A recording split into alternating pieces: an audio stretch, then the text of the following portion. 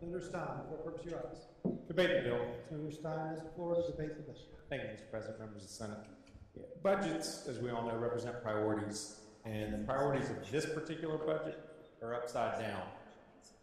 The fundamental problem with the budget is that it spends, over the next 5 years, $3 billion in tax giveaways to large profitable corporations at the expense of our school kids and North Carolina's middle class. Under your leadership, North Carolina has fallen to 46th in the country in per pupil investment in K-12, and as noted by Senator Robinson earlier, behind South Carolina, Virginia, and our other neighbors. The budget not only compares poorly against our neighbors, it compares poorly against ourselves as a state in prior years. Now, one senator was concerned about using the baseline of 08-09, even though in that year we did not spend a dime of recovery money on public education. So I'll use as a baseline 07-08 for the recession. That year, in 07-08, North Carolina spent $900 more on each kid's education on a real basis. Now, a real basis means accounting for inflation. Another one of my colleagues has some discomfort with the notion of inflation. So what I will do now is compare this budget to a baseline of 07-08 before the recession. I'll use nominal dollars, non-inflation adjusted dollars, and compare it. Well, that year we spent $125 more on each kid's education in North Carolina, not even taking into account inflation. This budget spends a fraction of what we've spent traditionally on textbooks. $111 million we spent in 08-09, and that was before we had years of backlog. If any of y'all spent any time in public schools, you know they haven't been buying textbooks for about the past 4 years. There is incredible need of textbooks. This budget doesn't allocate enough. In fact, it only does half as much as what the House dedicated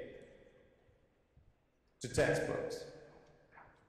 We are adding 35,000 new students to our public schools next year. And even though we are adding that, y'all are taking out 8,600 teacher assistants. A little context will help, I think. In 08-09, we had 22,500 teacher assistants. 22,000. Substantially fewer students, 22,500 TAs. Today, we have 15,364. Under this bill, y'all are getting rid of 56% of those. So that there will only be left 6,772 TAs. That's a 70% reduction over the last 7 years.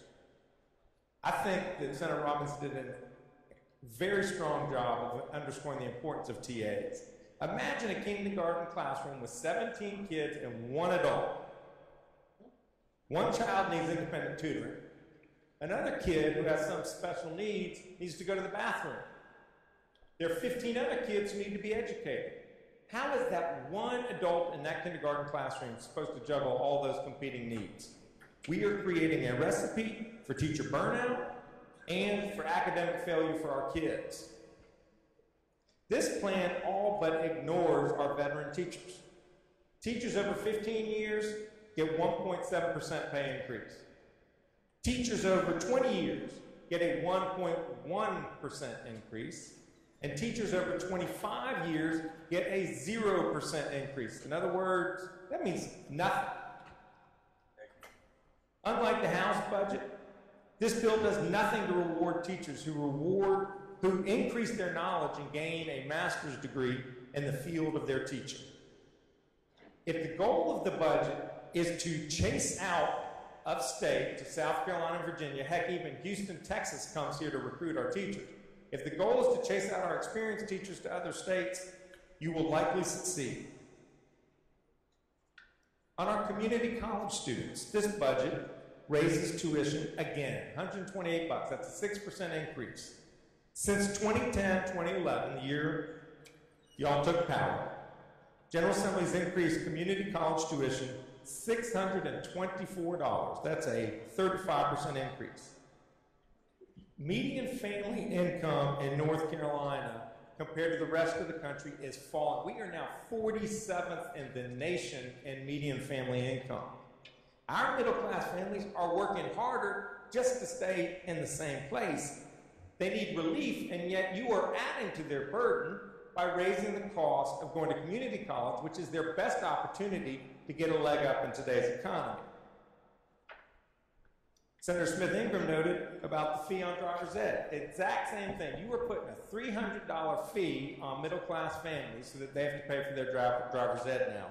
That is a $26 million middle-class tax in this budget. On the universities, this budget actually cuts funding on a per-student basis at higher education. The universities are the best engine for economic growth we have in North Carolina. It is what distinguishes us from other states. It continues your trend of underinvesting in higher education. The budget mandates $34 million in unspecified cuts to the university system over the biennium.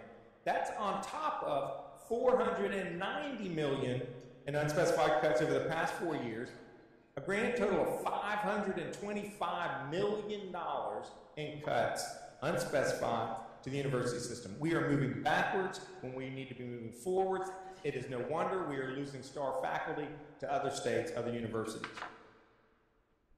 Senator Bryant talked about how the budget continues your recent history in making it harder for young kids to succeed in life. Early childhood education is critical to our kids' future successes. It's probably the best investment we can make as a state. Before the recession, state funded 33,800 slots for pre-K. Today, we're down to 28,400 slots, 5,400 fewer than before the recession. Look, I know economic growth in North Carolina has been anemic this year. We're below the national average. We're well below South Carolina. I know we're not growing the way we should, but we have positive growth. We are coming out of the recession. We should be trying to undo the damage the recession wrought on our people. So does the budget make up for this 5,400 slots in pre-K that we've lost? This budget actually cuts another 500 slots in pre-K, North Carolina pre-K. This budget does not get North Carolina to the national average in teacher pay.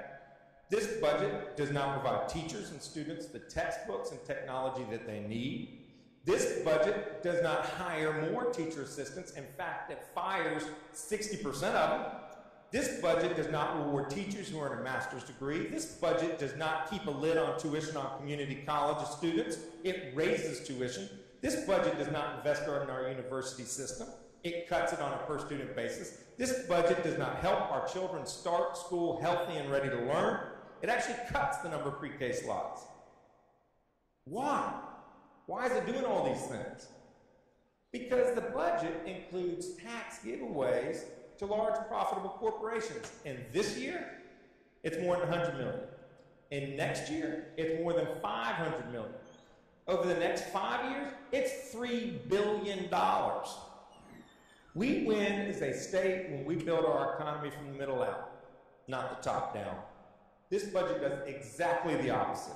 It engages North Carolina in a race to the bottom by enriching out-of-state shareholders at the expense of our school kids, our teachers, and our middle class.